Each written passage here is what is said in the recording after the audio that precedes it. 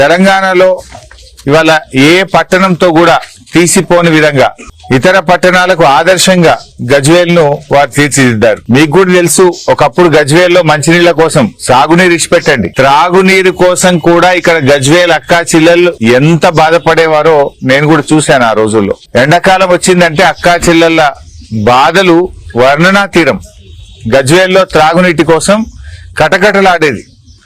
ట్యాంకర్లు, ఆటోలలో, రిక్షాలలో, డ్రమ్ములలో నీళ్లు తెచ్చుకునే పరిస్థితి గజ్వేల్ నియోజకవర్గ గ్రామాల్లో చూశాం, గజ్వేల్ పట్టణంలో చూశాం. కానీ కేసీఆర్ గారు ఈరోజు మిషన్ భగీరథను తెచ్చి మొట్టమొదలు గజ్వేల్ అక్కా చెల్లెళ్ళ దాహార్తిని తెచ్చిండు. ఏ అక్కా చెల్లె బిందె పట్టుకొని రోడ్డు మీదకి రాకుండా గజ్వేల్లో త్రాగునీరు అందించింది కేసీఆర్ గారు. ఇవాళ కేసీఆర్ గారు ప్రతి ఇంట్లో మిషన్ భగీరథ నీళ్లలో ప్రతి అక్కకు చెల్లెను రోజు పలకరిస్తున్నాడు.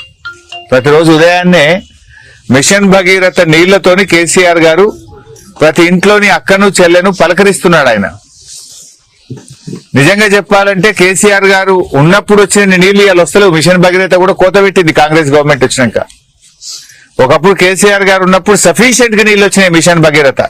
ఈ కాంగ్రెస్ ప్రభుత్వం వచ్చినాక దాంట్లో కోత పెట్టింది. ఇప్పుడు ఆనాడు కేసీఆర్ గారు ఉంటే రెండో అంతస్తు, మొదటి అంతస్తుకు నీళ్లు వచ్చినాయి మిషన్ భగీరథల. ఇలా కాంగ్రెస్ వచ్చింది, ఆ మిషన్ భగీరథ నీళ్లలో కూడా కోత పెట్టిరు గజ్వేల్ కు.